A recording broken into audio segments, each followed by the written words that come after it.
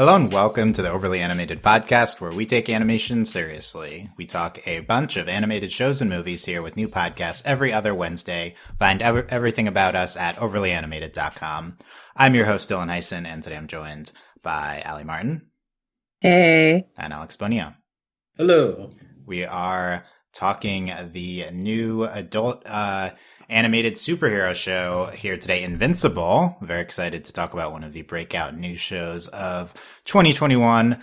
And specifically, we're going to be doing a hero draft of the Invincible characters. So kind of a fun format to get into a bunch of the characters in the Invincible television show, as season 1 has now concluded. Excited to draft our teams of heroes. I will explain more about that shortly. So that's what's coming up here. We are going to be getting into Invincible spoilers once we start that segment right away.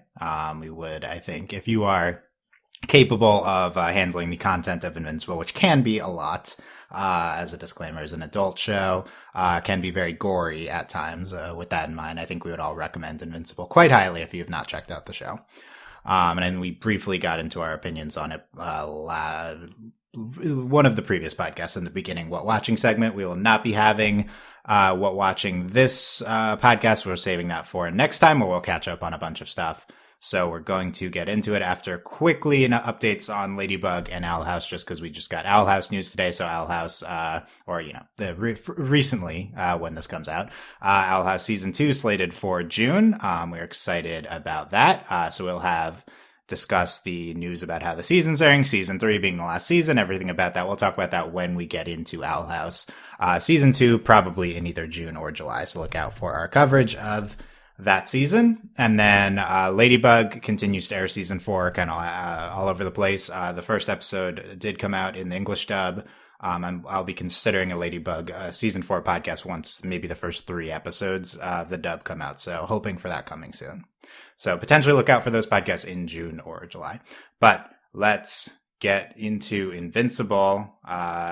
We are going to, I think, so we have this draft format, which was Alex's idea. I think it's a very fun idea. We'll talk about that. But I think that the general thing is this is like a vehicle to just talk about the show, the season. So we're going to try to get our thoughts in on all these characters on the show. Just like a fun format to talk about Invincible here. And I do want to give a disclaimer that I believe none of us have read the Invincible comics. So we are casuals. I apologize. And this will all be based on season 1 knowledge only. Right, just on season 1. Are we casuals if we oh no, you can't binge it, I guess, because it did come out weekly. Yeah, no, I mean, look, I was really looking forward to the show. I watched it the day it came out. I was like, I don't know, but still, it's we just have not read the comics, so I apologize if we get anything wrong. Anime onlyers here. Yeah, we don't read. Yeah, exactly. So we're getting into this show that we have just been exposed to the story of. And I think we can start before we get into our draft. We can just talk about the show very briefly. We did briefly give our thoughts in a previous podcast. But Aly, what do you think? What did you think of the first season of Invincible? Also, we haven't talked about the finale yet, so if you want to give finale specific thoughts as well. Oh, geez. Well, which is I'll start off. What? It's a lot, so yeah. It's too much almost. I started watching it because I saw the cast, and that was enough for me. Then I saw how good the animation was. I was really pleasantly surprised at how, I don't know if it was if it did subversions, but because of how violent it was, I guess it doesn't count. And because there are actually superheroes and they don't really, I don't know, they're pretty typical, I guess. But I do like the way the story is not your average superheroes, not Marvel or DC, I guess. I'm excited to see where it's going. Also, while knowing little to nothing, I do know a couple of things because I do have a friend who's read the comics and he's been talking to me about it. I've been trying to get him to not. Mm-hmm. For me, nothing is going to top episode 1 because of the way it ended. I obviously everybody who didn't know about the comics was not expecting that. My jaw was on the floor for that whole sequence. And the last episode comes very close, but I think because I was expecting expecting that happened to happen, it wasn't didn't grab me particularly, but it was still super well written. The season as a whole, I really like the pacing. Interested to see the characters be more developed. Yeah, it's a great show, and I'd recommend it. Nice. Alex, if you can handle violence. Yeah, definitely. Alex, your season 1 and finale thoughts.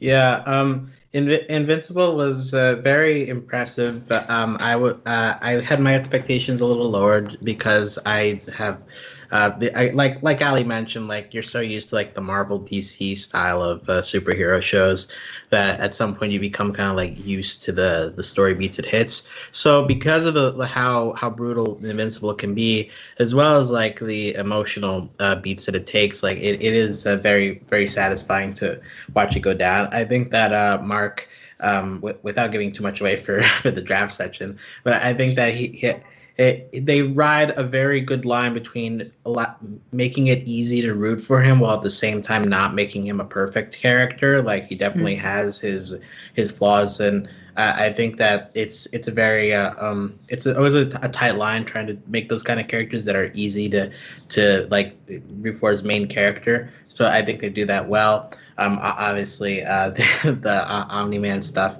is over the course, the way that they do it, where like the cracks slowly show up gradually before the finale, where just it all comes down like a shattering window. Like the finale is really really strong stuff in showing like how both physical and emotional breaking from both sides. And I think that there's so part of the reason we're doing a draft is there's so many characters to choose from, and I think that a lot of them have their little standout moments, and so that's also is a tough thing to juggle when you have so many people to jump between in a season. And I don't think that any of the of like the different plot lines they carry, I don't think any of them are a real drag on anything. Like it's not like when it's not on Invincible you're asking where's Invincible. Like they make the other stuff entertaining enough that you care about the rest of the people in this universe too. So I think all in all, Invincible was a really strong first season, and definitely excited for more, and surprised at how much I liked it by the end of it. Nice. Yeah, I'm happy you guys and a lot of people on our podcast have been enjoying Invincible. Yeah, I really liked this season. I think this is like the breakout show of the year. And I also think I've been happy to see that I think the show is getting more exposure across TV viewing people in general, not just animation people, than I've kind of seen from many other animated shows. Not really any like non-comedies. I feel like this might be the biggest adult kind of animation drama we've seen in maybe ever. But just still season 1. But it's, this is the year of the superhero TV show. With WandaVision, Falcon and the Winter Soldier, and I think Invincible is being talked about right alongside those shows. I think a lot of people are really enjoying it and recognizing this show for the incredible show that it is. I'm like excited that this is like an adult drama animated show. We don't get many of those at all. We don't get hour-long ones like this one is. And so I really hope this is a sign of things to come for the adult animation format. And I think that we have seen superhero animated stuff, and this is kind of like a resurgence of that. I definitely think this show has some Young Justice-y elements to it. We talk about a lot of characters. I don't think the show has quite as many characters as Young Justice season 3 has. It might be getting up there. We'll see in later seasons if we can match What's up. the other? I think there's another DC show. It's not Young Justice, but it has like the Teen Titans in it and Wonder Woman. It's kind of like that show. Yeah, maybe. I'm not sure. And I will say, I'm not a superhero expert, so I'm talking about not the biggest super person, but I do watch some properties like Young Justice, and I really enjoyed The Boys, Amazon's The Boys, which is like, I see as like the live action version of this show. Both do, as we discussed, both do the thing where it's like, this is realistic superheroes. There's actual gory violence, like actual implications of if superheroes existed in the world. I still really like that slant. I'm not tired of it yet, even after 2 seasons of that show, 1 season of the show. Just a ton of great plot lines, great characters. It's just been really compelling storytelling. I think this is the best animated show of the year so far. Like, I'm that high on it. I think it's been really incredible. At least half of the episodes this season are some of my favorites of the year. Many of these characters were prominently featured in those episodes. If I had to give overall criticism of the show, which I think is relevant as we start talking about some of the characters, some of the plot lines they're involved in, I do think the show has too many plot lines. Young Justice, I find it to be fun because that show's just so chaotic. This show I think is like more composed. Like this is trying to be like a serious drama, you know, like it's better than quote unquote better than that in a way. And so when it does things like, spend a whole episode doing something that's not related to the rest of what's going on, I think that's probably not a great idea, even if it comes back later. But it's still good. Like I do agree that still, even if we do some unrelated buy-in, it still is very good. But I would like to see this show be a little bit more focused. It probably won't be because, it's adapting source material with a lot of stuff going on.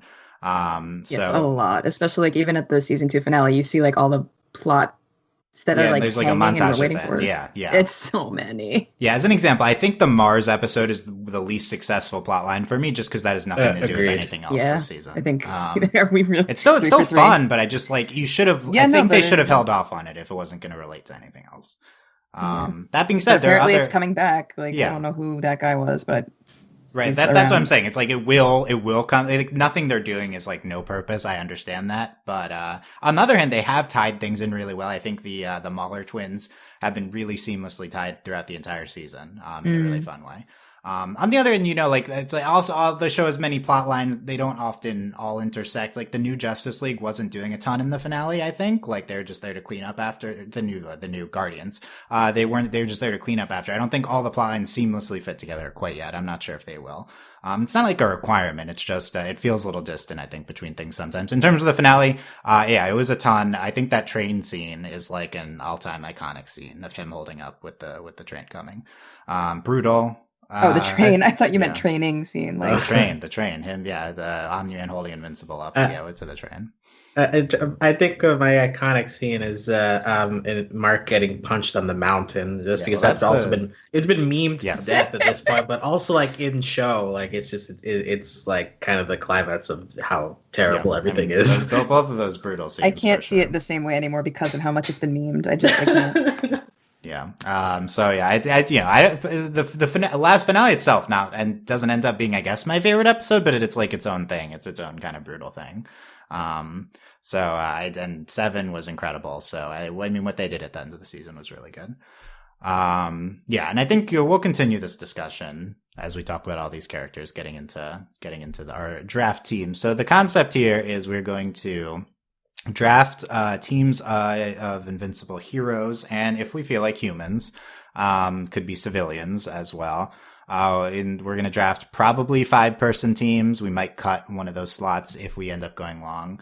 And the only caveat is that we are going to have the final rounds will be you have to draft a human, a civilian. Random girl on the street, number 3. Yeah, if you want to. So you can draft a civilian before the final rounds, but you probably don't want to. But it depends what you're going for. So what are we drafting? So we are drafting teams based on whatever we feel like. So it's incredibly subjective. You can draft the strongest team. You can draft the most heroic team. You can draft the most villainous team.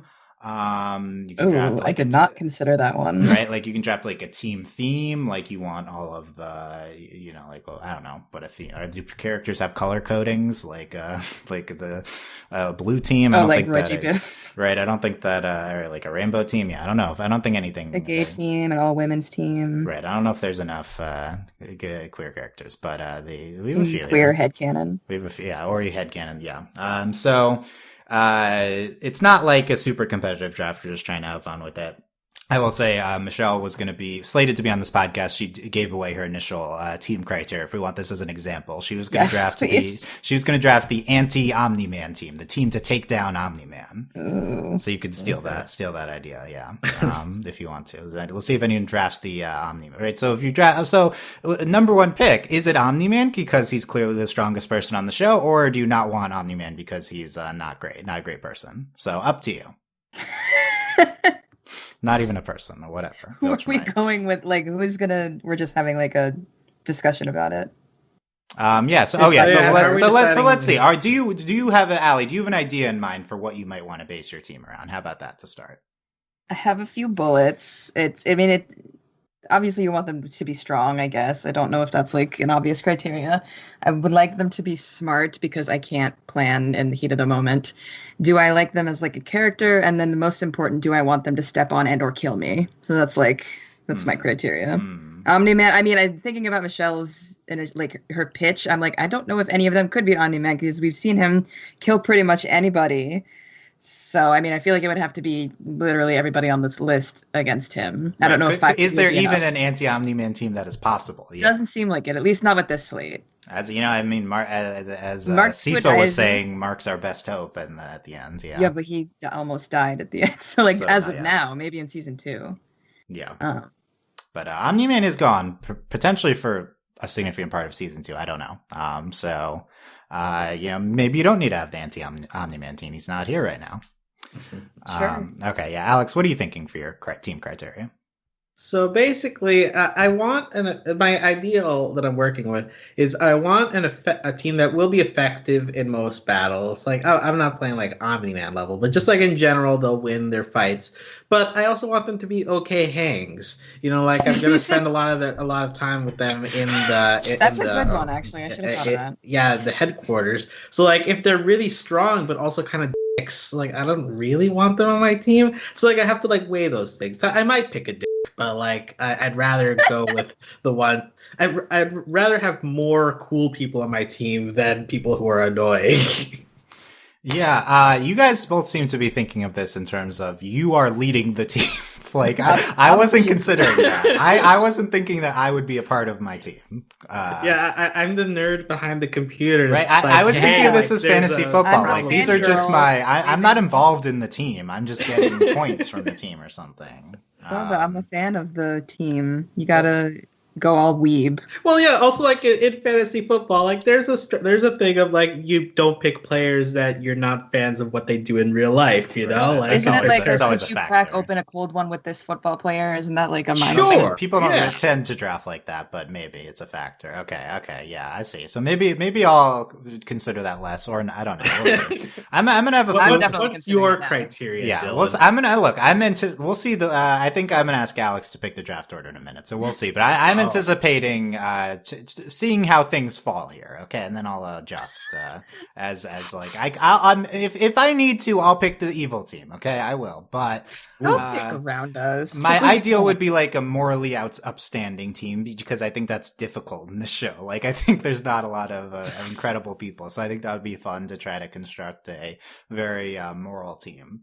But there's also a lot of people I think are really cool, so I might just take a bunch of cool people. We'll see.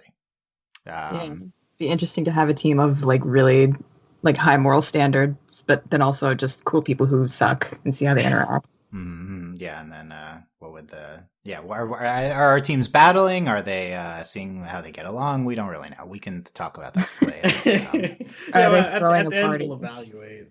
Yeah, we'll evaluate. Are they planning a wedding together, or are they gonna kill each other? Yeah, a lot of wedding planning on this show. I think so.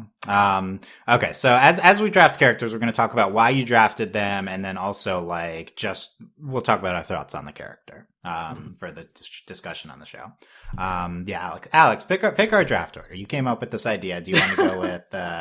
Are you going to want to put yourself first? What are you going to do here? So I'll give Aly the number one spot. So why? The choice of anybody. I'll take number 2, and Dylan, since you want to be the reactor person, you'll take number 3. That's what I thought was gonna happen. Okay, let's do it. I want to see what happens here. Who is gonna be the first pick? You would assume that there are some people that would be high picks on the board here. So let's start with Aly. Go with your gut on your number one Invincible choose hero team. Anybody. Yeah. Adam Eve, number one pick. Actually, up on me. I knew everyone would want her. Listen, obviously, I do want her to step on me. I think she's pretty OP. Like her powers. I mean, if you can manipulate atoms, that seems pretty unbeatable. And it seems like if she had gone up against Omni-Man, she might have somewhat of a chance, because like can't you like manipulate people's atoms with that kind of power? But she's also like, Dylan, to your point, she's probably too good of a person to even try that, so I don't know. But also I think she's smart. I like her a lot. Okay, see, when I was talking about a morally abstaining team, that Adam Eve would have had to have been on my team. That was what that's I was like, gone. That's off the board already. Before you do. Yeah, Adam Eve was in my top 3 picks. I thought that she would be there. So, but it sounds like Alex had Adam Eve as high pick. She was my number 1. Like I was gonna go with her the first round here. I also like her general aesthetic in this show. Like the fact that she chooses like a treehouse to be her headquarters when she leaves is just like amazing. Yeah, it's like I want to hang out with this person, and yeah, just in the show, like the issues that they give her, like, you know, being stuck in a family that's like dealing with very old-fashioned norms, you know, that spoke to me. It's from personal experience, and I think that she is one of the more mature handling characters of the bunch. Like she you know deals with getting cheated on pretty quickly and swiftly. She gives advice to Amber and Mark both in about equal measure. And she's like, she's got like that altruistic streak of like helping out people, even if she's not part of like the main superhero structure. So I think that just all in all, season 1, she's been one of the cleaner characters that exists so far. I wanted to see more of her in season 1, honestly. Doesn't feel like she got enough billing. Well, I feel like season 1 sets her up as this character that's like almost perfect, pretty much, and so season 2, like you would hope that they give her like, you know, a little bit more personal issues to line her up with the rest of the cast, because everyone else is dealing with their own like personal stuff, and she's mostly had to react to other people wronging her, which is a little easier to root for, admittedly. So I also hope that season 2 gives her a little bit more internal stuff to work with. Yeah, I think Adam Eve's arc this season ends up being, which I like. It's like, okay, and again, you have to think of Invincible as and the boys as it's like what's a realistic real world superhero. So Adam Eve is like the teenager who has like the idealist teenager who wants to set out to go and help the world. Oh, what if that person suddenly has superpowers? They're gonna like be able to do a ton of stuff like she is. So she like builds her base and she's like, oh, I'll just like try to help as many people as I can. And I think it's a cool idea. I think she's a great character. Like, I think she's the best person on the show as a human being. I agree. Like, but she like really stands out in a world of, not great people. She is the ideal, the like idealist, the only one doing really great things here. I will say, I do think the season gave her consistent focus. Like, she was like continuously Definitely. In episodes, but I thought she had kind of the weakest material this season. Yeah. Like, her just cutting to her doing stuff, saving people at the treehouse. Like, it wasn't that interesting, I will say. Even though I like her a lot, but I think, she could be doing more interesting things. But like, I think the perspective of the show is like, she's just doing like the nitty gritty helping people work. That's not as exciting as what's going on with Omni-Man, even if this involves like worse people and we're more interested in that. Maybe that says something about us. I don't know. Maybe that's what the show's getting into. But yeah, also but in terms of the hero teams, yeah, she's also like potentially one of the most powerful characters, right? Because she can just like phase matter. That seems to be what she can do. So it seems really OP. So I'm curious to see how it works, like with people's. This is gonna sound gross, but with people's flesh, if it would come to that. I'm sure it won't, because she's a nice person. Her Katara bloodbender moment. That's exactly. Is she Katara? Is she pretty much? She has the moral high ground all the time. Yeah, I do not want the show to go the direction of her with like, oh, let's corrupt Adam Eve. Let's like, she is too much of an ideal.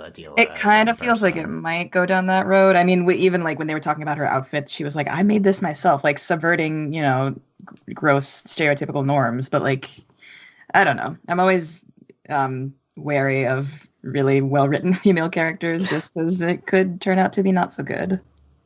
Yeah, I mean, I think there's going to be some version of that, but there could be a not. You know, she could like have to deal with nitty gritty stuff more than she has now, but it could be done well. Yeah, I'd like to see it. Okay, so where are you going, Aly? You've Adam Eve anchoring your team now. We'll see where you go after this. Are we doing a snake draft, Alex, or is this a? We can do just 1, 2, 3, 1, 2, 3. Okay, you want to make my pick even worse than it is. That's why I'm like, how is this? This is not fair. Yeah, well, if you did a snake draft, it's Have to all shout who we want at the same time. We'll give you 2 picks back. We don't have to do that. I agree. It's maybe easier to follow if it's 1, 2, 3. The problem is there's no right pick, so you don't have to do a fair draft, right? Let's say who we want at the same time. 1, 2, 3. That's gonna work. Yeah, that's how we're drafting. No, it's Alex's pick now. We'll come back to Aly either in a while or in 2 picks. We'll see. Come back to me way later because now I'm stuck. Okay, well, Aly will construct a team. Where are you going, Alex, with your first pick? Yeah, so since Adam, my top pick is off the board, I guess I'll go for Mark/Invincible. Yes, isn't he the obvious number 1 pick of the show? Yeah, no, like it's a very good consolation prize. Like Mark is obviously very strong. He's taken so much beatings throughout this first season, and with the help of some great medical work, he's come out of it. But his personality is very winning. You see him from him learning that he has powers and the joy that comes out of that. His willingness to help the individual, like that very first big fight he gets into with the aliens that show up through the portals, and immediately he's going for the one grandma that's falling in, and of course he gets his heart shattered when the grandma dies in his arms. But from that very beginning, you see that he cares for the individual, and that comes out later in the Titan episode as well. In contrast with Omni-Man, who doesn't really give a crap about this. Can we curse in this? It's a cursing show, but anyway. It's unclear with our new format. I'll say. But yeah, and but of course as well, he has to work out some issues, especially with how to deal with interpersonal relationships now that he has this new status. Initially he has some tension with his mom before they work it out. Obviously Amber, he has to figure out how to do this the right way, and misses a lot and reacts badly to that stuff. But at the same, they are teenagers, they are working their way through it, and I think that it eventually comes out to him, making the effort to improve over time. He's a full package. Obviously, you are rooting for him a little bit more when you see him side by side with Omni-Man, and all the insults and put downs that he has to go through, especially in the second half of the season. But even without that, I think that Invincible is just a very fun hero to see him develop into the superhero that he has obviously wanted to be since he was a young boy. Yeah, Aly, would you have taken? Were you considering him with your first pick? And is he a good main character for the show? He was my first pick, and then I thought about it, and I was like, I need to get Aly because I knew both of you would want her to. Because she's amazing. I thought these were probably the first 2 picks. Yeah, I mean, to Alex's point earlier, when we were first talking about the show, he is not your typical perfect main character. He makes mistakes, and he can be a little bit cocky, and I like that about him. And in that sense, I feel like Adam Eve is a really good, not so much foil, but kind of opposite to him, and she kind of keeps him grounded. So I thought they would also be if you got both of them on your team, it's kind of a really good setup. But I don't know. I mean, I also just really like seeing the representation of Asian American people, just not having a main white superhero. He's great. Even though I don't know. I mean, I guess Nolan is white, even though he's an alien. So it's complicated. Asian, half Ventrilian, or whatever. Yeah. I mean, I like Mark as a character a lot, and I wanted him on my team also just because I love Steven Yeun. He's my husband. He's not, but I wish he was. We were confused. We thought he was. You know what? I'm not invited to the wedding anymore. Sad. I'd like to see how. I mean, I have no idea how the next few seasons are going to play out, but it seems like he'll try to get his or get everything in order. I mean, because he has a lot of complicated feelings for his dad and just people in general. And there's Amber. It's a lot. He has a lot going on, so a lot that hasn't been wrapped up either. Yeah. I think he's a great character. Yeah, he's the teenager who's figuring the world out. He thinks he's invincible. Yada yada. That's the premise of the show. But no, I think we relate a lot to Mark struggles throughout the whole thing. I do think he's a great main character. I think he's a great pick because he's kind of Adam Eve. He's very extremely powerful, and also a seemingly good person here. Like he has like these potential corrupting forces, as many of these heroes have, but he has unilaterally resisted, right, his dad, I guess, in the finale. No, it's we'll see. I assume that's going to be a factor. Is like how much pull will he have towards his half of his heritage. And I'd like him to be nicer to his mom. He's not that nice to his mom. Mm-hmm. I think that happens with teenagers. But yeah, I think so. Presumably after all this happens, now they'll be tighter. But hopefully, yeah. I would have taken Mark. Yeah, I think Adam, Eve, and Mark would have been either of my first two picks. So I think these are good picks. One other thing I want to point out, I think that this show does an interesting job of there's the classic superhero trope of like Superman as Clark Kent, where like he's this bumbling idiot and like everybody just kind of rolls with it. But like in this show, like it shows like trying to do that act like really puts a strain in relationships with people can see right through that. Like we know like you're not actually this dumb like doing stuff. Like you're obviously like, especially with Amber, right? Like Amber like clearly is like you're lying to me and you're not even, and you're like trying to hold up this act. So I just found that as like an interesting way to view that like common way to like the secret identity stuff. Yeah, that's been interesting. We'll see. We get into that if someone takes Amber, how that relates to Amber's character. Okay, we got Adam Eve, Invincible off the board. So those would have been my picks. But look, I think there's someone I have to take here. I think we got to go in this direction because how do you not take the strongest character in the show? So I'm taking Omni-Man here. Yeah, go for it. Look, I already know I'm winning, so I just secured the victory with this pick if we're fighting. So I don't think he fits on either of you guys' teams, and I think it would be disrespectful if he fell to the second round because he is a powerhouse character here. Seeing Omni-Man's latent motivations, what's going on with him, I think is really great throughout the whole show. I've been thinking about this. I have a hot take. I think this is, I don't know, probably not that hot of a take. Oscar winner J.K. Simmons' best voice performance ever is Omni-Man. How about that? Interesting. I think he's really great in the finale. I think he's really great. Like, look, we've been blessed with him in a lot of animated shows, despite the fact he doesn't need to do these, but we love hearing him. He was Tenzin in Korra. I don't think we thought of him as like one of the best performances in Korra. I think he was good, very good at times. But overall, I feel like he's really bringing it here with this role. Yeah, like J. Jonah Jameson, the turtle guy from BoJack, the yellow M&M. There's a lot of choices here. Okay. You didn't even mention his most recent Pig performance. Yeah, Pig Baby. No, disqualified. You didn't mention that incredible performance of Pig Baby. Yeah, that's his best work. Yeah, Whiplash, never heard of it. But I think he's great. Omni-Man, I mean, look, I don't like Omni-Man, no, but here's my argument. So first of all, obviously extremely powerful.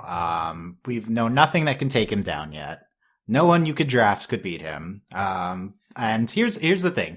We're putting him onto a new team. We're forcing Omni-Man to be a part of my team. That's the premise of this draft, is Omni-Man is on a team. Because the show starts out, he rejects, he's not part of the Guardians, but like he rejects being associated with any team force that would, he wants to be on his own defending Earth. But that's taken care of. He's on my team. I just drafted him. So he's going to be in a new environment. And I believe he will be better behaved in this new environment. You believe you can change him? I can fix him. I can change him. But like his motivation now, because I say so, is to help my team, not to like be part of the Ventralmite Empire. Is Omni-Man evil? Is he just a product of the Empire? That's an existential question. Wow. But if we remove him from those motivations, maybe he'll be all right. So that's what I'm counting on here. That's a good point. Propaganda does things to a person. Look, all he knows is, not, I guess the point of the finale is like, it's not all he knows anymore. He knows being a human too, and he's conflicted about that. To some extent. We don't know how much yet. But also, I'm counting on the fact that he did not ultimately kill his child, and he left. So that's the bonus points. Bonus points. Clearly, there's some redeemability here with Omni-Man. Interested to see where we go with him. I do think this character, like Omni-Man, he's the evil Superman. What if Superman was evil?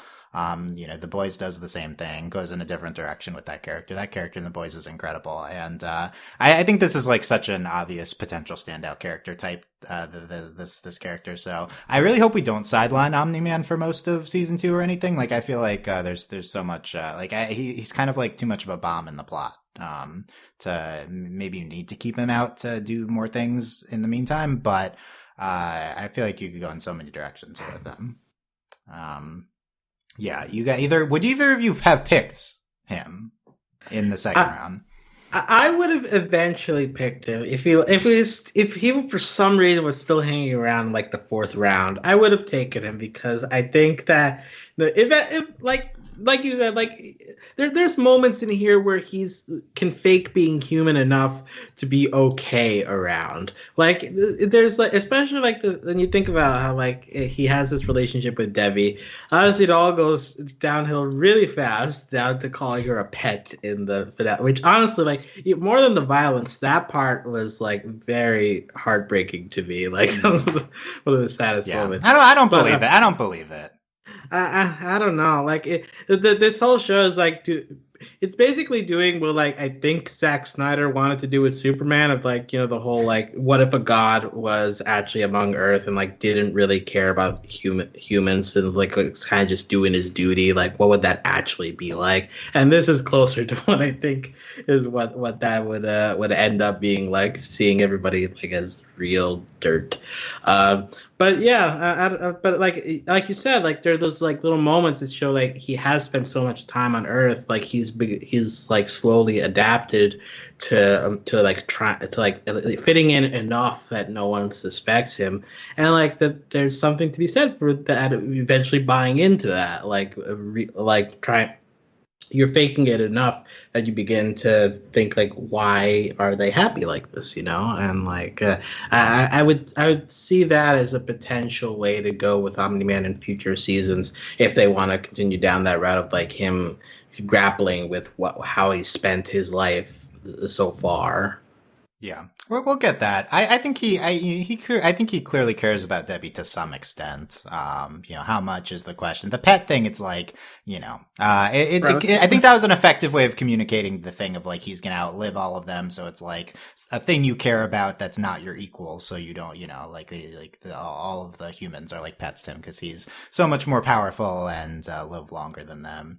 But yeah, I mean, the finale, I feel like it could be him at his worst. It could be because he's trying to put on the show. He's like, okay, I have to turn on them now. I'm going to be my most, my most uncaring towards all of them. But that's him like being the most repressed, hopefully. Hopefully. So we'll see. Yeah. Aly, I don't think, Omni-Man pairs well with Adam Eve on your team.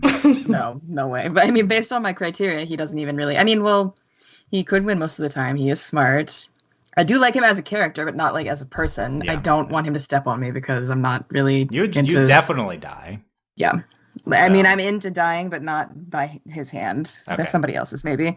I like Alex. I would have picked him if it really came down to it, like in the last few rounds, just because he's a powerhouse. But otherwise, no, because he's not a nice dude. I don't think I could talk about feminism with him. So yeah. Can I ask if they like sort of reference him writing books in this show? What kind of books is he writing? Did they reference him writing books? Travel guides. Oh, just like guides, like they're not novels. I think they're like probably like reviews of like, I was in this country and like here are the places you have to go. Yeah, that makes sense. I don't think there were really books like that anymore since the internet is a thing, but maybe they're websites. But no, they're novels. Yeah, because I was just figuring, like, there's no way he'd be able to write fiction because he doesn't have much of a grasp on human emotion. But, like, if he's writing nonfiction, that's the way around it. Okay. I just do not remember what this part of the show, this aspect of the show that you guys are I talking think about. Cecil referenced it at like the end. He's like, his travel books are going to sail well now that he's dead. Yeah. Interesting. Okay. I mean, if I feel like he's qualified to write like universe travel books, like Sure. that'd be more interesting. I'm just like, how do people justify? I mean, is that a job you can have, just traveling and writing about it, and you get reimbursed for all your people travel? do. Oh yeah, sure. Where do I Go sign on the hell up? YouTube. Follow those vloggers. Yeah, vloggers. I don't want to because that's what I want to do. It's just where do I Yeah. sign up? That's not fair. Yeah, okay. We'll figure that out. Okay, let's go back to Aly. We can go in the 1, 2, 3 order. I feel like I'm going to be on not the same page as you guys. Just don't go out of your way to pick my types of characters. Okay, let's do that. Don't. I think go I'll out of your surprise way. you eventually. Okay, well, who's your second pick, Aly? That's a good question. I'm gonna go with Alan the alien for my second pick. Oh. Alan the alien, most Yeah. important character in the show. Doesn't Well- who voices him? It sounds like Seth Rogen. Rogen. It is yes, Seth Rogen. definitely Seth Rogen. Can't change my mind. No, I like him. Not a fan of Seth Rogen, but I do like Alan. Seth Rogen's great. We like He's Seth Rogen. fine. He's a dude. So some stuff with James Franco recently. That's not even He why. said he's not working with it. That's It's not fine. even why. He just always annoyed me, like, as a person. But I like this alien guy. I want to see more of him. I really the first interaction with him and Mark was like one of my favorite parts of the season because it's again like subverting the typical like aliens gonna invade your planet. It's not Earth, it's Yarth, whatever it was. Yeah. It made me laugh. And then when he came back at the end to like warn them that like a Viltrumite was living there, I was like, oh, okay, so he's like actually a good dude, even though it was already confirmed. I don't know if he could win every fight. He doesn't actually seem that smart. So this is going against my own criteria. But we haven't really seen him in a fight yet. Or That's- he battled Omni-Man, right?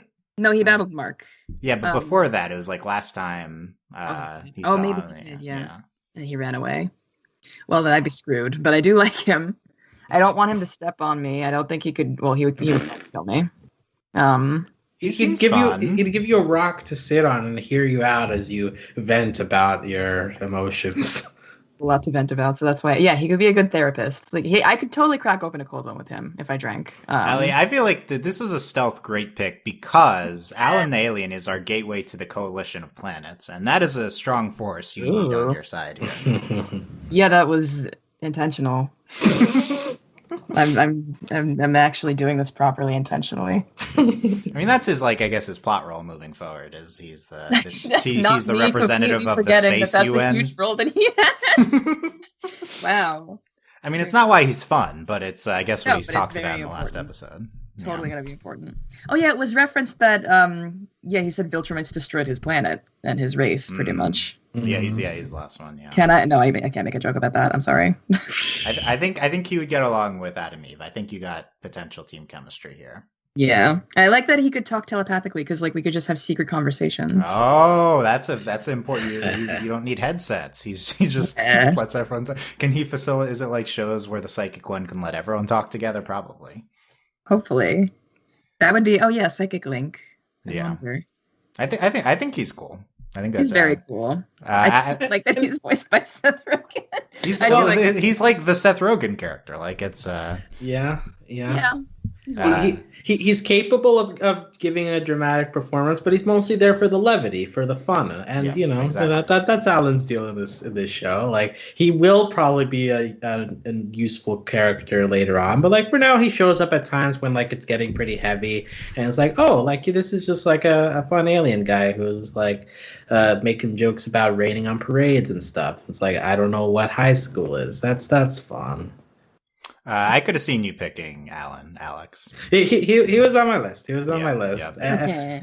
I also like the telepathic stuff. Like there's something like the shot when they're like both sitting on the moon together, and like Mark is just like smiles, but like doesn't have to like open his mouth or anything. And so like there's some fun stuff that you can do because they talk like that without moving their mouths.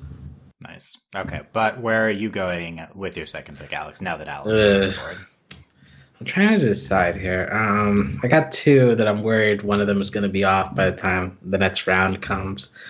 I think I praised this person than the last time we talked about Invincible, so I guess I'll take him just to be off-brand. Damien Darkblood is. That's where I thought you were Same. going. Yeah, that's what I thought. Yeah. So Damien, like he's a bit chilly, you know, like he talks in chopped up sentences, but like he just wants to get the job done, you know, like he's a very goals oriented guy, and at the end of the day, like he is working for what's right, like he wants justice, and I like a person like that on my team, and I think that as long as you're aware of his personality, like obviously some people might be rubbed the wrong way by him, but I think that he has a good heart, and so you surround him with other people who are similarly interested in doing the right thing without having to deal with like the moral gray stuff. Like you just like, no, like let's just do what's right. And I think that Invincible is a guy like that anyway. Like he doesn't really care for like the moral chess matches that the other superheroes and Cecil have to deal with. So I think that he and Damien would actually get along after they get to know each other a little bit. So, and plus on my list too for all of those reasons. Plus, he's a demon. He knows hell. That's just cool to have in your back pocket, you know. Hail Satan. Yeah. Yeah, throw that in there.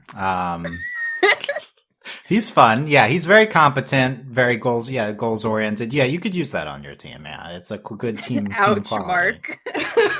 That's true. Mark, yeah, he brings some competence Mark sometimes lacks. This was why I asked before the podcast. I should have put this in my criteria because I was thinking about it. I was like, is it going to be just for fighting crime or also solving crime? Because I would like to actually... he's the solving crime guy. I guess that's his whole shtick. Yeah, or he'd be like the guy who like scopes out things before they go out and fight. It's like, hey, like do some research on who we're going up against. And they were like, sure. Like, and he can see things, right, that other people can't. I forgot like how his actual power works. Oh, yeah. He has that thing where like he touches the blood stain and he can like see like how the person died or something like that, which is, you know, that's a useful skill. You want him on your forensics team for sure. Yeah, after Omni-Man from my team beats all your other guys to death, he can come in and try to solve the crime, so that'll be helpful. It would be. I think Damien's a really cool character. The thing I don't like, and it's not his fault, but it's like the example of the show being all over the place. It's like, why is there hell and demons? It's like this whole other aspect that the show brings in, but that never doesn't even explain. And also, there's like speciesism with this guy. Apparently, yeah, and they do what do they a seance or opposite of that to send him an exorcism? Exorcism, right? Like it's like the show makes no attempt to like explain why any of that is there. You need to roll with it, man. And like I do think you could roll with it. Like I think the show does a good job. Like you do roll with it. I wonder if he'll be like in later seasons. Like is his job done? He's coming back because you know if you can open a portal to hell, there's stands to reason that hell can open a portal to you. Maybe. Well, yeah, I mean, that tends to not be how it works, but there's a thing where after he's sent down, like there's still like Debbie has that notebook and she still feels kind of a chill. I think like there's like a remnant of his face that's still on that journal. So like I feel like they were setting up like no, there's like little hints that he's still gonna hang around even though he's been sent off. Like, and I hope that's the case. Maybe that's just me like being hopeful. But like I think that they were still doing Damien stuff after he got sent off, so that speaks to me as a good sign.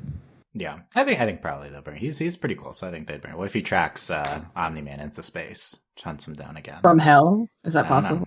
I don't know. Maybe the hell can go to other hells on other planets. For all we know, that could be how it works. I know that makes no sense. For all we know. Okay, let's move to my second pick. I had my eye on this character the second I took Omni-Man, and I knew you guys weren't going to pick him. Because I'm taking the Battle Beast as my second pick. Who? Oh, Battle Beast. This is that giant cat. The giant lion cat thing. In episode 5, he comes out of nowhere. He beats up Mark, almost kills him, and then he leaves, and that's all he does. He does. He's like, no one here is like worthy enough to beat me or something. You see, I seem to have a very like an honor system species type, like very honorable fighter. That sense, I'm interested in him. Yeah, he's. I do think he and Omni-Man, they both like are very violent. I mean, we still have not a lot of Battle Beasts, but very powerful, very violent people. I've got a theme going here, but Battle Beast does seem like an honorable fighter. Yeah, so even though he is contracted by Machine Head, I guess in that episode, I'm not clear on why he's doing this. But I get that's like his role in the episode. I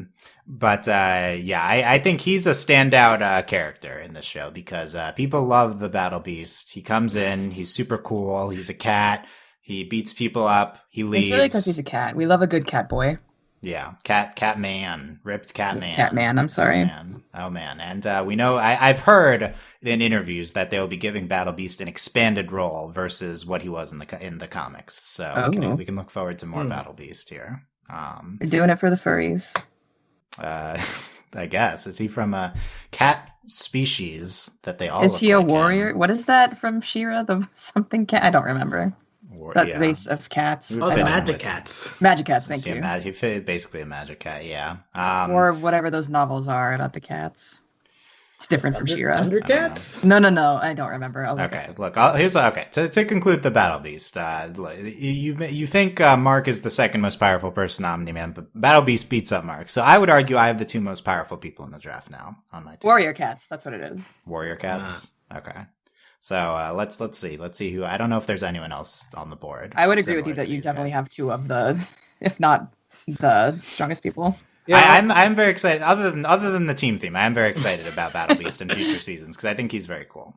All I say about Battle Beast is he has that giant hammer, and like when he like smashes Invincible with it, like it's like somebody like at a butcher, like that hammer that they use for meat. Like it feels like that. This is very against your morals. Yeah, no, we the second I picked Omni-Man, morals are off the board on this game, so we're going for other strength in other areas here. The Battle Beast does show up in that montage in the finale. Oh, right? he's in the montage. Okay, He's coming back. Yeah, I don't know. I don't remember what he does. I feel like it's something with the aliens. I know in the comics he has a semi big role.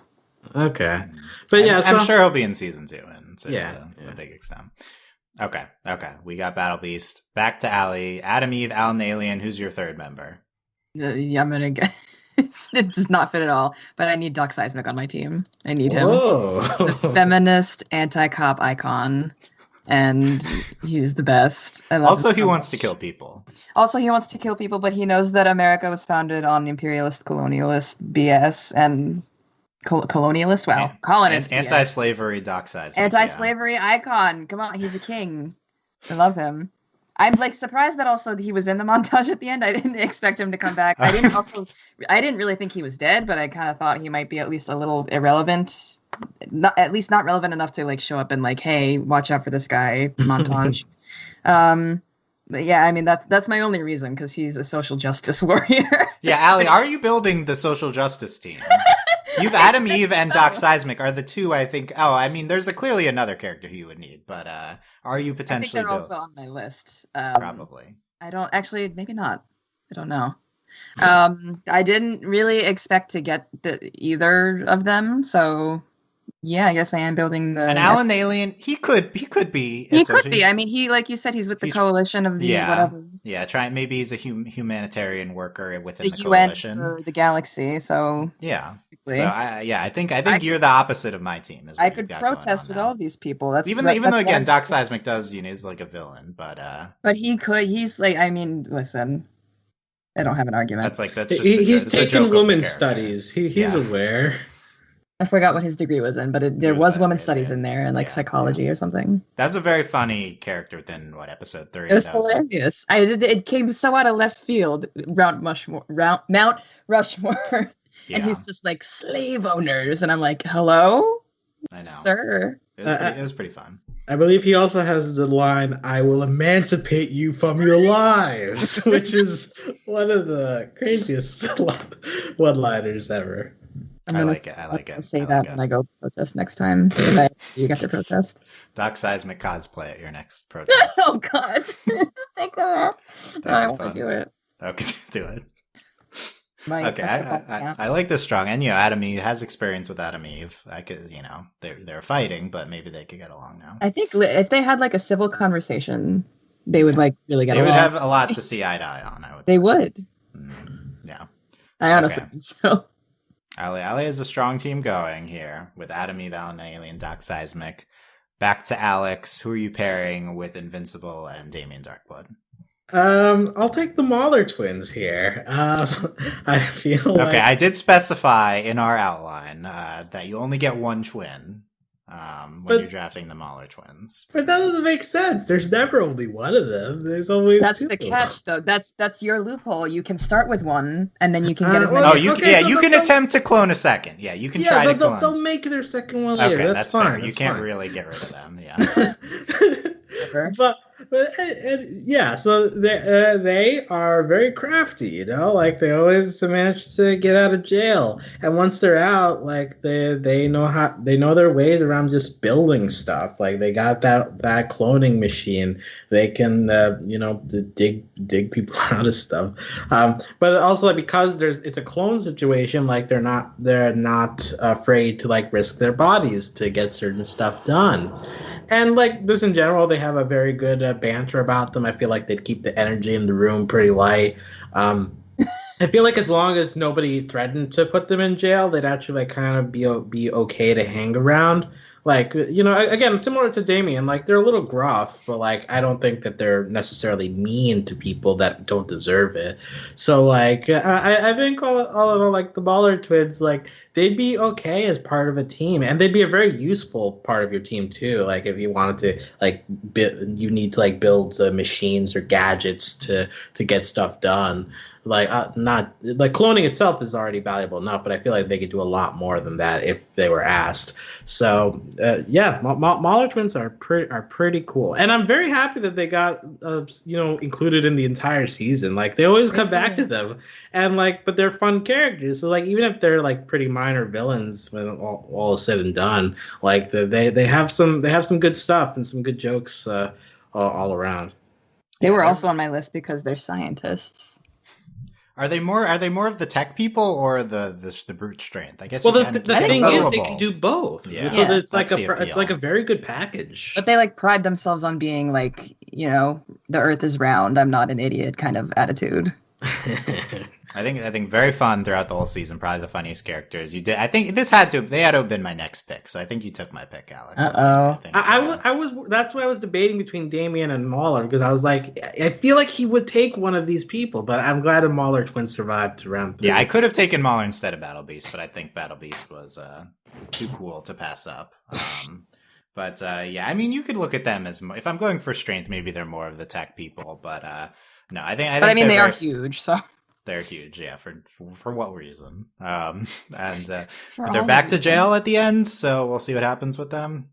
Yeah. No, I thought they were very fun throughout the whole I can't believe they got. I just have to go on off a tangent. I can't believe they put the same guard in charge of the cell. Why? It was in a cast and everything. You don't get so time dumb. off. So No paid dumb. time off for my union. Yeah, sounds right though. Sounds Yeah. right. Pretty much. Yeah. Okay. Invincible, Damien Darkblood, Mauler Twins for Alex. I have my next pick. And I will go Titan here. Ooh, okay. Who is my favorite? I guess it's the same episode as the Battle Beast in episode 5, which is probably my favorite episode of Invincible. So I'm dipping into the well of that episode.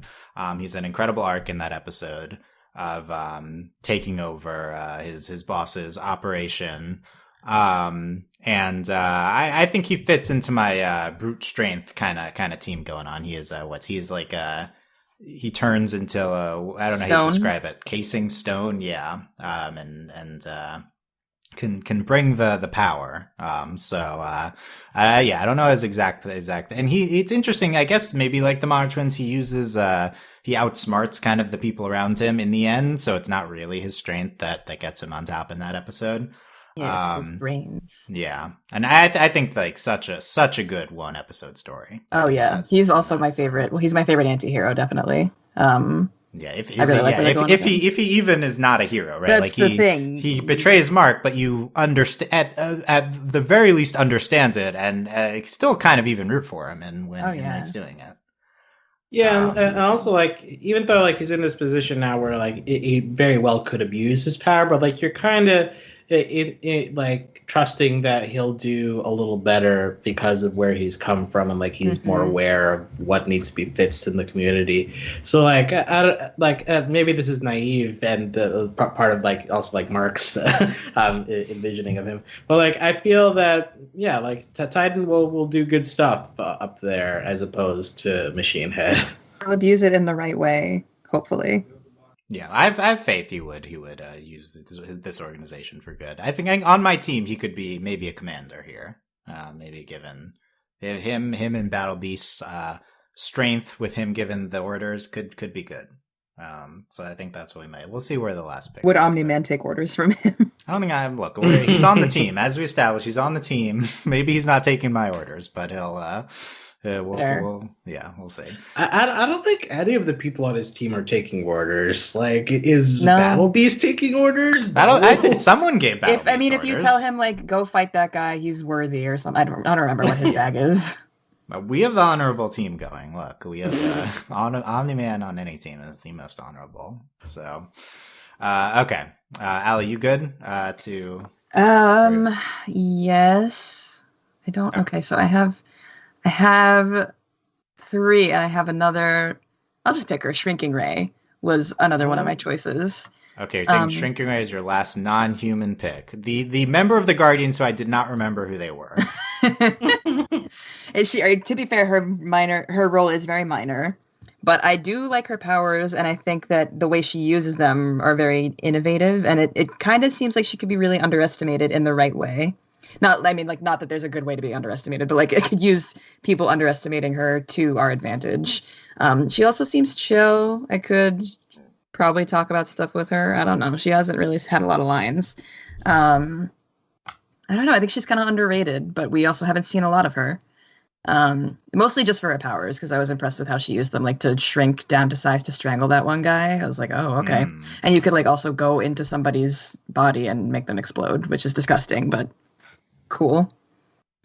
Gross. Yeah. Definitely not overrated. No way. Ray. No one's overrating Shrinking Ray. I think Great Aly voices her, so that's why she's memorable to me, apart from her powers. Yeah, I think presumably she'll have a bigger role because she's still there, I guess, on the team. Maybe her role will be dying. Like for all I know, she's pretty not relevant. So I see where you're going. Yeah, Alex, any Shrinking Ray thoughts? Well, I was gonna say, like, she seems cut from a similar cloth as Adam Eve, in that like she seems to be very into the ideals of what being a superhero is like. Like, you know, but early on, she's like, I thought this was about teamwork. You know, like she's going in like, oh, this is like a real team. We're gonna do good things, and so she gets frustrated when stuff goes wrong. And then later on, like she does speak up a little bit, but then she like shrinks because she's like kind of like feels like she doesn't quite fit in.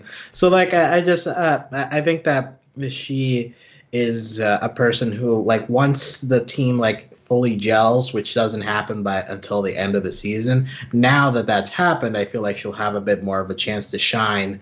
Now it's like fitting her ideals of how this all works, and she is like one of the newer ones in this group.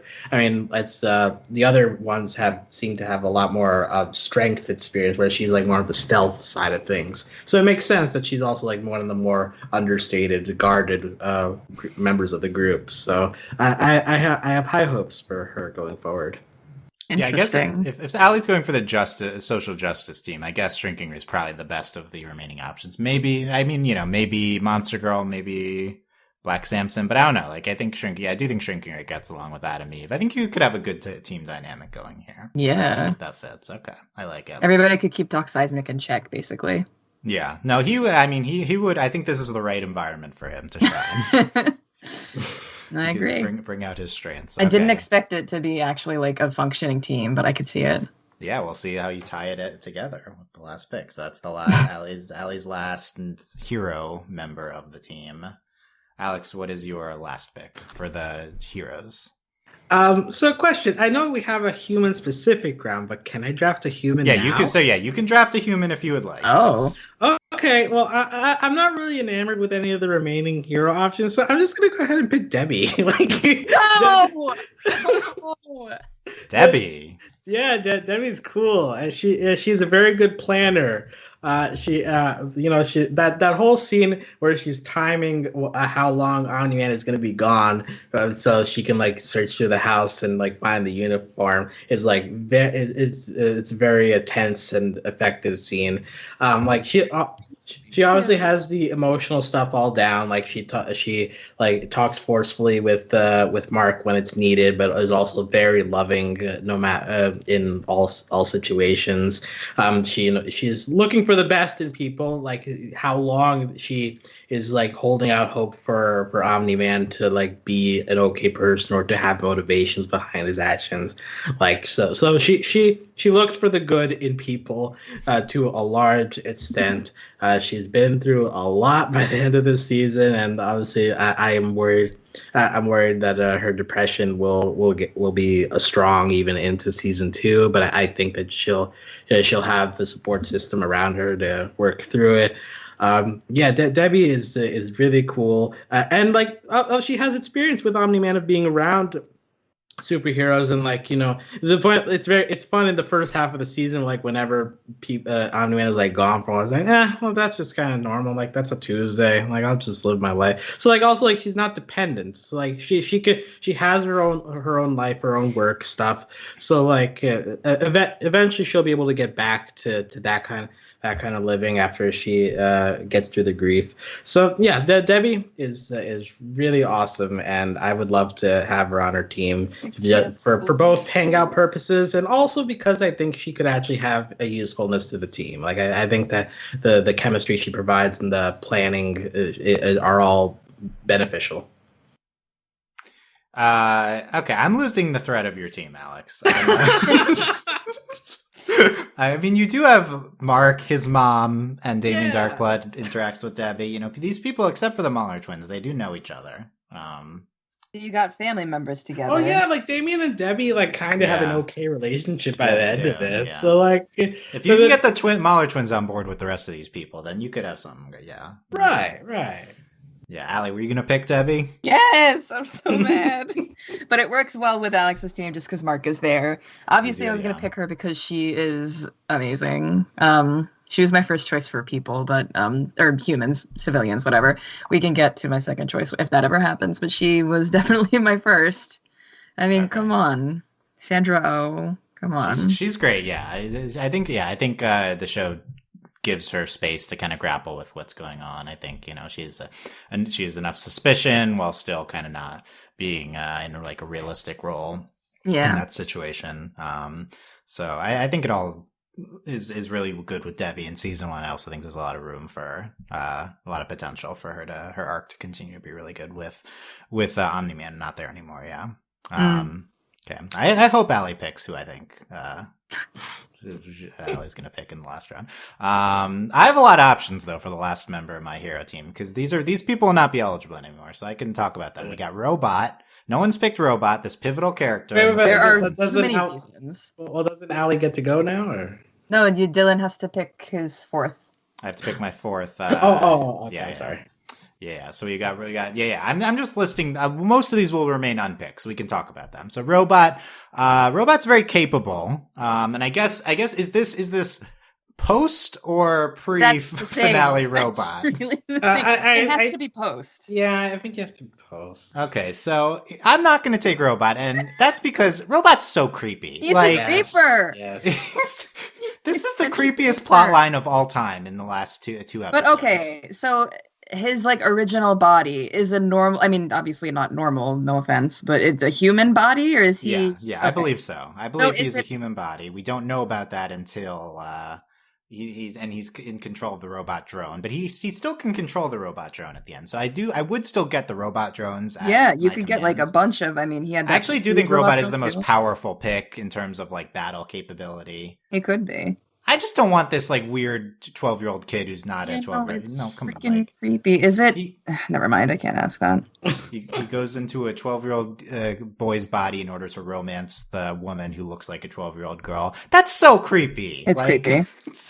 But because they're kind of around the same age in like actuality, they're trying to make it less creepy. This is like Aang and Katara all over again. 100-year-old with a 14-year-old. No, don't say that. Do not compare that. Similar. Please do not compare that. It's actually really not even remotely similar, but I mean, I get where you're going for. This is in a way, it's less creepy than saying it. Like we kind of see this as sweet because we see it from his perspective, but then you take a half a step back and it's like, this is so He weird. also stole Rex's DNA to make himself look That's like him. I love that part. That's hilarious. That's my least favorite part. That's hilarious because anything with Rexplode is hilarious. Well, and there's also the thing where like Monster Girl earlier in the show like does kind of events like, hey, like I can't meet anybody because I look like this. Yeah. So like you're also kind of like, oh, maybe Monster Girl will have somebody because she's kind of, otherwise she's never gonna have. He should ask her first. What if she doesn't actually want to have anybody? And what if it's like, oh, I can't meet anyone, but I still wouldn't want to be with a child or someone that looks like a child. But look, we'll see what happens with this. Well, then she has too high standards, honestly. I do think Robot is a pretty great character. Like, it's like very creepy, morally gray. I mean, at the highest, what's going on with him. But I think it's fascinating, Robot throughout the season. Yeah, I'd agree. So I What's think he's his name? He has a human name now, right? Yeah, I forgot what it is. Yeah, should he go Rudy? by Rex? Because Rudy. It's worse. Yeah, Let's just go in Robot. If I hear Rudy, I just think of Rudy Giuliani. So as he go up to about as creepy. Is he more creepy? Somehow we found someone creepier than Robot. Okay. Okay, Rexplode. I love Rexplode. Yeah, I'm shocked that neither of you picked him yet. He's in contention here. I might pick Rexplode for my last spot. Okay. Jason Mantzoukas as Rexplode is hilarious. He fits in. He's certainly not the greatest of guys. I don't think we're supposed to think Rexplode is a terrible person. Or anything. Yeah, but he also has issues. He's got baggage that he's dealing with. He's not like an irredeemable person. Yeah, here's the thing. I think Rexplode would just get beaten up by the other three members. Absolutely. He would just be a little. That's why he should be on your team, because he needs a little punch in the face. They would not have any patience for Rexplode's cockiness here. I don't know. I think Omni-Man maybe at best might, because he's kind of an ass also. He's a cohort to Omni-Man. I mean, I don't know if he would cheat on his wife, but he does think like she's like his pet, so maybe. Speaking of would duplicate, because that's another option. I think the Rexplode duplicate stuff in the first few episodes is hilarious. As the Adam Eve finds them together. But I'm not multiple. That's the funny part. That's the funny. Yeah, duplicate not really a character, so I'm not going to take duplicate. That's the thing. I wish she was, but also her power is questionable. She gets the clones, they die. Yeah. We've seen it. I think there's some the cheating thing is the fun. It's a lesser version of the Mauler Twins. Kind of true. They're cloning, yeah. So speaking of Monster Girl, that's another option. She can turn into cool stuff. Not that many times left. That's the thing. I would feel bad for her if I put her on any team because she doesn't want to do it, really. She's like, I'm aging in reverse every time I and then she just keeps having to transform. Like, why just let her chill? Like, she's Benjamin Button. That's her power. Yes, that's the. It's not her power; it's the side effect. Yeah, so I think Rex. I mean, yeah, I do really like Monster Girl though. I'm worried she's tied up in this creepy plot line moving forward. But yeah. I was worried about putting her on my team because I just feel bad for her in general. If not creepy, just like physically. Although you could argue you're taking her out of a bad situation. Maybe, yeah, actually. I will take. So I will not take any of them. I will take Black Samson as my last pick. Who I really like Black Samson. He hasn't gotten a ton to do yet, but I think he is always fun. I think he's very capable. I do think he's very strong. I think him and Titan, maybe they'd get along with Battle Beast too. I don't know. But your team is big beefy dudes. Yeah, we're going for we're all kind of hard asses. Yeah. That's what we're going for. I'm curious about his. I don't remember when they were all in the hospital trying to be revived or whatever. I don't understand what happened with him. Why was that such a big deal? I'd like to know more. I don't remember. He had the defibrillator in his body or something. I don't remember. I think it was part of his costume. I'm not sure. I like this. I like this character. I think he could have an expanded role next season, maybe. But also like him, like he's the one not kid on the team, right? And he's the hero experience. I think also think he's a good guy, and so I think we're balancing the motivations of my team a little bit at the end with Black Samson. Any other thoughts? That's a really interesting team dynamic you have going. Thank you. I hope I have high hopes. Any other thoughts on Black Samson or any of the characters we passed on? Yeah, the other three. My only thought is that and this is more of a general thing, but like if I had to pick one of the plot lines of the show that I'm least interested in, I think it's these new Guardians of the Globe thing. Like they do enough that it's okay. Like obviously, I think I like Retz. I feel like by the end of the season, he's won me over, even though like he is really annoying in the first half of the season. But like in general, this whole like bunch of people thrown together who like don't really like each other, but don't really have many character traits of their own. Like we mentioned, like Shrinking Rage, it's not like she gets much to shine. Monster Girl, it's kind of it's boiled down to like her struggle with how much she's going to transform. So like there's not much in those characters to really latch on to. So because of that, it kind of just gets annoying to see them bicker for pretty much the whole season. So that's if I had to nitpick a flaw of this season, that would be my personal issue with it. That one didn't really work as well. But now that we have it all set up, season 2 it might be able to take a different approach. Now they are more gelled as a team. Maybe they can flesh out those characters a little better. I mean, I would agree. I think this is like one of the least successful major plot lines. Like I said before, I think like in the finale they're there, but they're just not doing anything related to what we ultimately care about. I feel like they need more tie-in to what's going on with the other half of the show.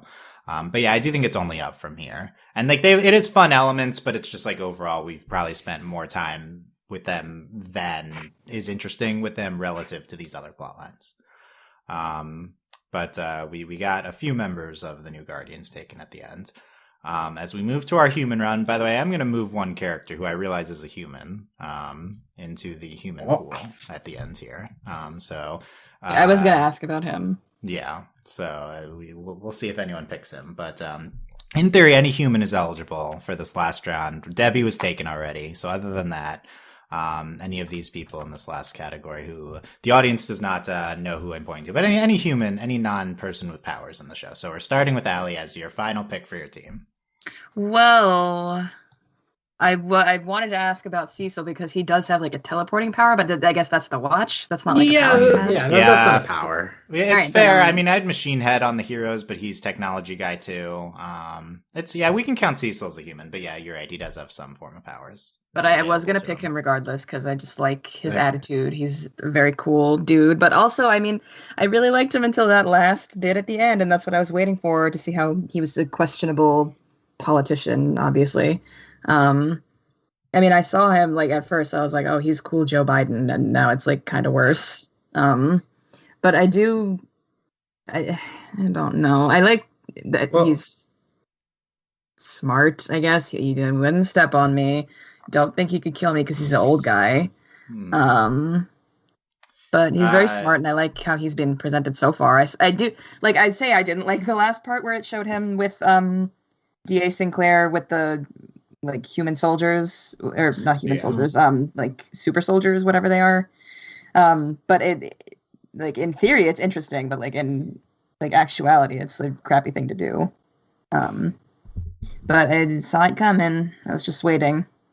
I think Cecil adds probably the best pick of these all characters in terms of just like a capable leader to your. Yeah, he's definitely the leader here. So I think probably he would benefit all our teams. I definitely wanted you to go Amber, Aly. I thought that was what you would say. Because I wanted you to complete the social justice, and Amber is definitely a social justice character. She is, but she gets on my nerves. Oh, interesting. Ooh. Okay, we'll see if anyone picks her. We can talk about it more. Yeah, Alex, would you have picked Cecil? No, not, and he was considered, but not high up. But where are you going to go then? Yeah, I mean, I guess I'll take Amber then, because I'm okay with her.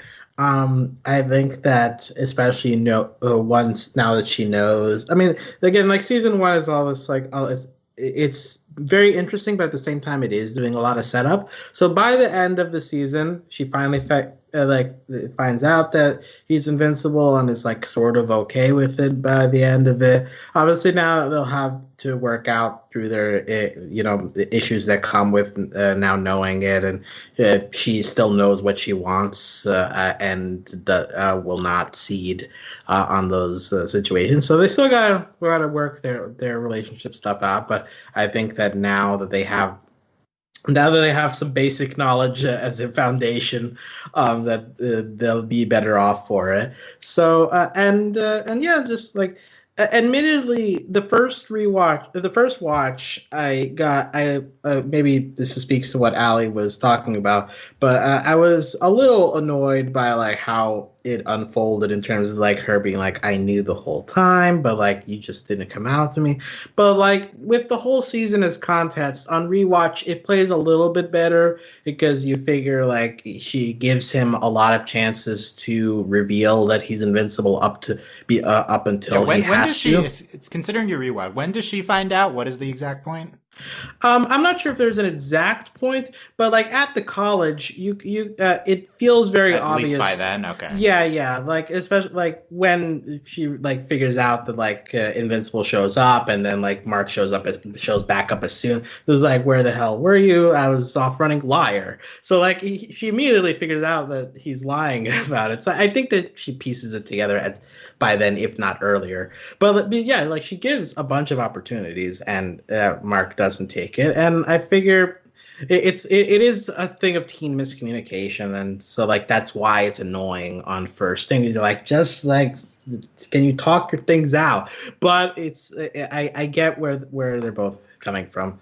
So, Amber on her own, outside of the relationship stuff, I think Amber's just a cool person. She kicks that guy in the balls in the first episode. So, like, she can take care of herself, too. She's got a nice relationship with Adam Eve, who I'm a little surprised that she didn't know she was Adam Eve until the end of the season. He was like, there's like that one remark about like off saving people or something like that Amber says. So, but yeah. So Amber's not my favorite character, but I like her enough, and I think that she will. I think there's still some good stuff to mine out of her and Mark's relationship going forward. Yeah, I'll give the Amber defense. I love Amber. I think I understand why she might be annoying in terms of like her role in the plot, because what she ends up doing is like, I'll give you one more chance, Mark, right? Like, I feel like that's most of what she does this season. And that's like not like, it's not her fault. Like, she like doesn't get the best stuff to do, I think, in the season. But I don't know. She's like a great person. I like her relationship with Mark when they're not having their angst. So hopefully if they're healthier moving forward, that would be, I think, be a really great relationship. I appreciate like what she brings to the show. I do think, I appreciate that the show went this direction with this character. I guess for context, I'm under the impression that I think she was white in the comics, and they made her black here. And I guess also for context, I've seen like idiots hating on this character maybe because of that. So that makes me want to love Amber more. That's not like a real reason, but that's a very real reason. I don't know what you're talking about. Yeah, I mean, like, not an in-show reason, but a good meta reason. But I think she, like, I do think, yeah, she's an annoying. Put in an annoying role within the season at points, but that's the problem I have. It's the role of the girlfriend. Like, I want to see she's her just more. the girlfriend. Yeah, mm-hmm. I feel that. There's those brief moments, right, where she gets to like be in the soup kitchen with Adam Eve. Like, that's like a nice change of pace. Yeah, like seeing her like be an activist and actually like have a character arc, kind of not like a character arc, but like morals, I guess. Because otherwise it's just complaining about Mark. And I have to say, I don't like their flirting, but I guess that's just teenagers. I don't like, it doesn't make sense to me. Like, it's just so cringe. Is it hetero cringe? I don't know. that date in the market is pretty bad. Well, not even the market when she's like pretending to be on the phone. Like, handsome Mark Grayson. Are you serious? Dude, is that how straight people talk? I don't understand. I think they're cute. They are annoying cute, but teenagers. it's They are annoying cringe teenagers because they're I feel. teenagers. Yeah, I think you get the most of that from them. I'll say I did not know she was white in the comics, so that's I think don't yeah, but well, I haven't read them. you don't know. I haven't read them. Yeah, no, I think I would have picked Amber just because she would have been a hilarious contrast to the rest of my team. But Oh my god, would that probably work? I can go in a more coherent direction now. We'll get the post-mortem on Alex's team in a second. We'll get on all of our teams to see what the theme is. I'm curious, but I guess the person that makes the most sense for my team is DA Sinclair. I think. Not a great person. I have many not great people on my team. I don't think I get all the cyborgs just because I have DA Sinclair. I don't think he can just make me a bunch of cyborgs. That seems unfair. But I feel like he could maybe augment some of my team members a little bit. That seems more unfair than a bunch of soldiers. If you could augment Omni-Man. Yeah, well, Omni-Man, I mean, I don't know how you make Omni-Man. I Battle Beast, give him some new armor. Get Omni-Man and Battle Beast to bring you subjects for operating on. Oh no, yeah, it's a bad combo if he's put in this environment. He's being forced. The best first combo. He's being forced to make cyborgs for the greater good now, quote unquote greater good, whatever the United States thinks is that. But I think it's thing. How is he? What is he going to do? Is he going to make them be like public servants? Right. Yeah. I mean, are they soldiers to fight against? For a war, or are they like? Will they help? I got the impression there. Yeah, like Cecil, I see Cecil as a morally gray figure for sure. Yeah, definitely. And like I think he's like fun and like he's at least like a little bit sympathetic at all times, even when he's bringing out potentially like too much force. Like taking on DA Sinclair, making him continue his work. That's like that's not a good move. No. It's unclear. I think with DA Sinclair, it's interesting. Like, is he buying into Cecil or is he just forced to do this? Like, is he on board with what he's doing? I feel like I'm unclear on that. It could be both, but I feel like it's more of he's being forced. Maybe he's like the scientist character who just wants to continue his work regardless. Yeah, maybe they're giving him like a grant. I don't know. Yeah. So it works. I was impressed. I did also really love episode 6 with the cyborgs. It's very tragic with William. I can't believe they got Josh Groff to do his voice. Yeah, not William. Boyfriend. Yeah, Rick. And very tragic story. I really liked it though. I like that they got actually 2 gay guys from Broadway to play the gay couple. Yes, it's good. But yeah, I think so. The concluding point is I'm impressed that he's continued to play a role in the next 2 episodes, and he's like potentially a part of the show moving forward. So, yeah, I think DA Sinclair and Natch. I don't know if he's the leader of my team, but he could provide something. I don't think he would be the leader. I feel like on your team it might be Titan or Battle Beast, but probably Titan. Yeah, I don't know. Battle Beast might not take orders anyway. We don't know. Okay, well, we'll go through these teams. So there you go. Other humans that didn't get picked, we talked about William. Mark is Mark's gay friend. He's great. I think he's very fun. Yeah, I would like an even more expanded role. He's really just episode 6 and maybe like the first episode where he gets to do stuff. Donald, rest in peace, who's Cecil's subordinate. And then Bobby Hill grown up. Right, yeah. Art Rosenbaum. I would have considered Art Rosenbaum because he could have made suits for all my heroes. He was on my list for that reason. I think do we know if he can like use technology in the suits, or is he just like the aesthetic like fashionista? I don't know. I feel like you give him some alien tech, he can work with it. Probably. He seems smart. Also, Mark Hamill. This cast is insane. I can't get over that. Very, very strong cast. Yeah, one of maybe the best voice casts of all time. Like actually the best voice cast of all time.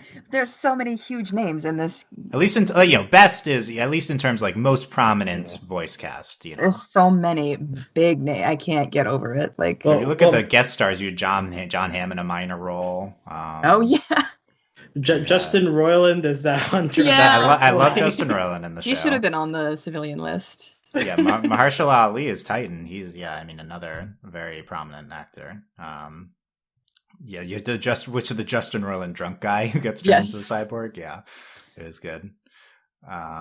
Yeah. Okay, so let's go through our team. So let's go through Aly's team. Adam Eve, Alan the Alien, Doc Seismic, Shrinking Ray, and Cecil. What do you think of your team, Aly? What do I think of my team? Yes. Looking back? What's your evaluation of your team? More interesting and possibly more social justicey than I expected initially. Not possibly more social justicey, definitely. I don't know if they could win any fights, but they could definitely win debates, I think. Yeah, you probably have the smartest team. I mean, I was gonna say I might have the smartest team, just because lots of Alex's team is probably smart too. I think mine's smarter, just because of Doc Seismic. I swear to God, he's the best. I'm wondering, is the Cecil pick and also Doc Seismic, but if you can keep them in check, if you can have them working for the good, I think this could be a good. I don't know. I think team. like Cecil's doing with DA Sinclair, he could probably do something similar with Doc Seismic. I don't know what, since I guess his force him to be good. Well, but I don't know how even, because his power is just earthquakes. I'm worried about Cecil corrupting the motivations of the team. You know? Oh, absolutely. But that could make for some interesting plots, conflicts. Yeah. Like Adam. Is this a season of television with your team? Yeah, she could defect. She could take Alan with her, go to the Space Justice League, I don't know, and come back and mess everybody up. I don't know. It's a weird team. I didn't expect to get the picks, most of the picks I wanted, but I guess because I went first, so that was your mistake, putting me first. I mean, I feel like Alan, Doc Seismic, and Shrinking Ray could have not been drafted if you didn't take them. Maybe. I don't think Shrinking Ray would have been. I thought maybe someone would pick Doc Seismic. Yeah, I mean, I would have at least had to consider him with my team structure. Yeah, Alan and Ray were on my board. Okay. Interesting. Alex, what about you? I want to find this cohesive bond in your team. Yeah, so like you got on the one side the humans who like Mark, who like Debbie and Amber. Like it's obviously a risk to have two humans on the team, but I think that they are both very important to keeping Mark grounded.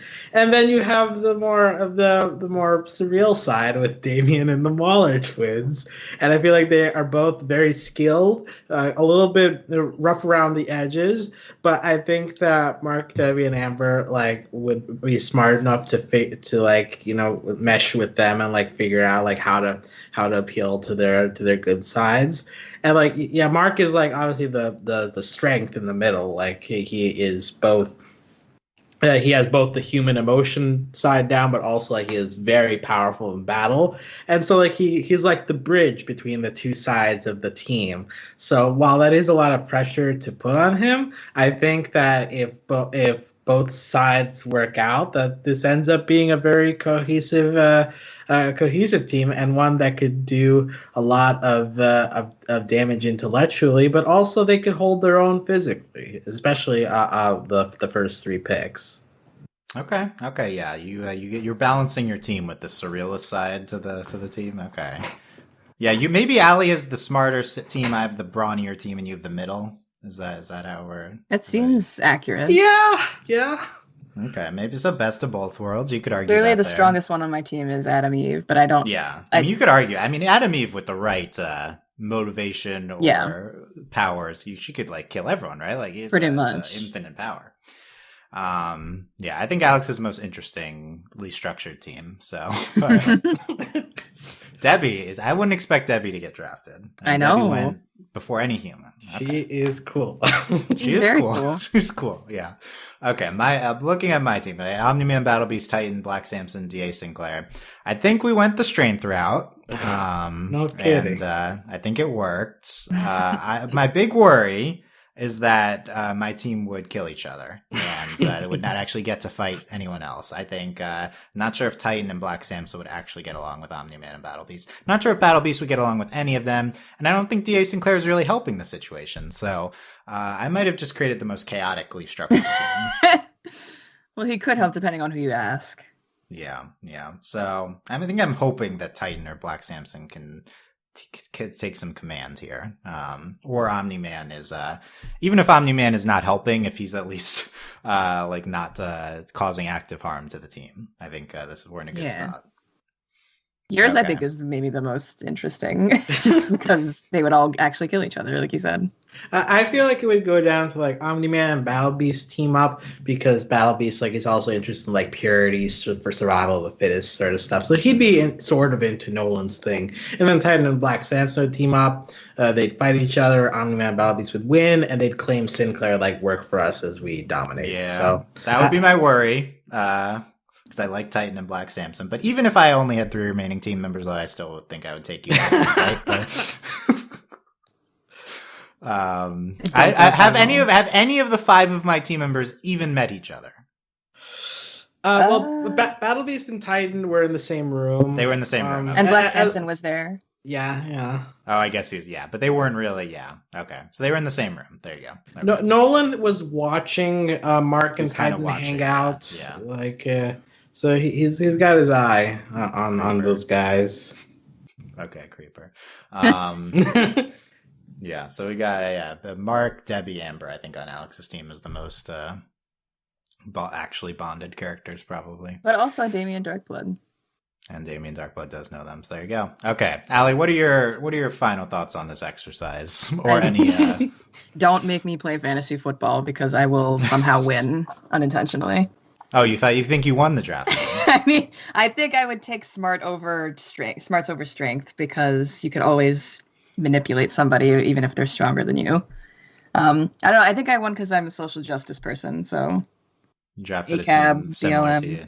Yeah, fits your. I think you might have the fan favorite team. Do people like Cecil? I think so. I think so. I mean, I think they liked him before. I know There's a lot of but... jokes about him trying to like steal Debbie from Nolan. That's like the running gag. Hey. Oh no, is that a ship? I think so. It's like no. I can't tell if it's a crack ship or if people actually are into it. Interesting. Okay, well, might be tension with Alex's team. So Maybe. Alex, so what are your final thoughts? One guy we didn't mention as a candidate, he was very low on the board, but I did consider him was immortal. He comes back. Who is that? He is that guy who started off as a caveman and was right, Abraham Lincoln for a little bit, and then he comes back from the dead to be like Omni-Man. Like, he's just like really strong. But apparently he was okay enough with people that he could lead that original Guardians of the Globe team. Like, it seemed like he was the leader of that group. So like I feel like he is he was a solid backup choice if I couldn't pick a human in the 4th round. Oh, that's where you're gonna go. Okay. Yeah, that's where I would have ended up going. So I thought it was worth a mention. And in general, that first episode of like introducing the whole team, like it's done quickly enough that like you get like they're all parodies of existing superheroes, but like at the same time it's enough that the end of the first episode is effective enough despite the fact that you barely know these characters. So good on them.